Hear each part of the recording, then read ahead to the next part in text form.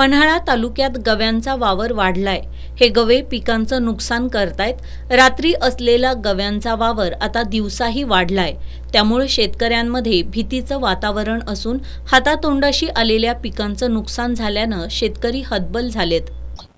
गव्यांच्यामुळं तिथले म्हणजे जे पावसाळ्यावर अवलंबून असणारी शेती जी रहित प्रतीची आहे, पारंपरिक म्हणजे भात आणि भुईमूग वगैरे, सोया हायब्रिड वगैरे अशी पिकं असणारी जमिनीचं नुकसान गेली आता 3-4 वर्षापासून आमच्या त्या एरियात होते। आणि ही सगळी लोक म्हणजे त्या ह्याला त्रस्त होऊनच आता शेवटचा हा उपाय म्हणूनच इकडे आलेले आहेत। आणि साधारणपणे 3-1 हजार एकर शेतीचं नुकसान त्या एरियातलं आमच्या होते।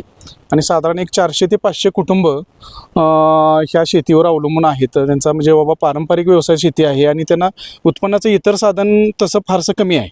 पण 4-5 वर्षापूर्वीपासून तिथं गव्यांचा इतका वावर वाढला। पहिल्यांदा एक 7-8 गवे होते, आता 40च्या पेक्षा जास्त संख्या आहे त्याची। दरवर्षी त्याची संख्या वाढतच जाते। आणि ते जनावरांच्या नुकसान म्हणजे गव्यांनी केलेल्या नुकसानामुळे शेती आम्ही गेली 4 वर्ष करायचीच बंद केलेली आहे। त्यानंतर त्याला पर्याय म्हणून आम्ही तिथे 4 जनावर पाळली, म्हणजे म्हशी वगैरे पाळल्या। पण आता अशी परिस्थिती आहे की तिथं ओलं किंवा वाळकं गवत सुद्धा ते गवे ठेवत नाहीत। यापूर्वी रात्री संध्याकाळी 9-10 नंतर गव्यांचा वावर असायचा, पण आता दिवसाचे 2 आणि 2:30 वाजता सुद्धा तिथं आहेत। दिवसासुद्धा माणसं रानात यायला धाडस करत नाहीत। आता शेतात जर काही पीक वगैरे लावलं तर भांगलाला वगैरे यात सुद्धा बायका माणसं याची धाडस करत नाही। गवतं कापाय सुद्धा याच कोण हे करत नाहीत। ह्याच्यापासून नोकरी मिळत नाही म्हणून आम्ही दुग्ध व्यवसायाकडे वळालो।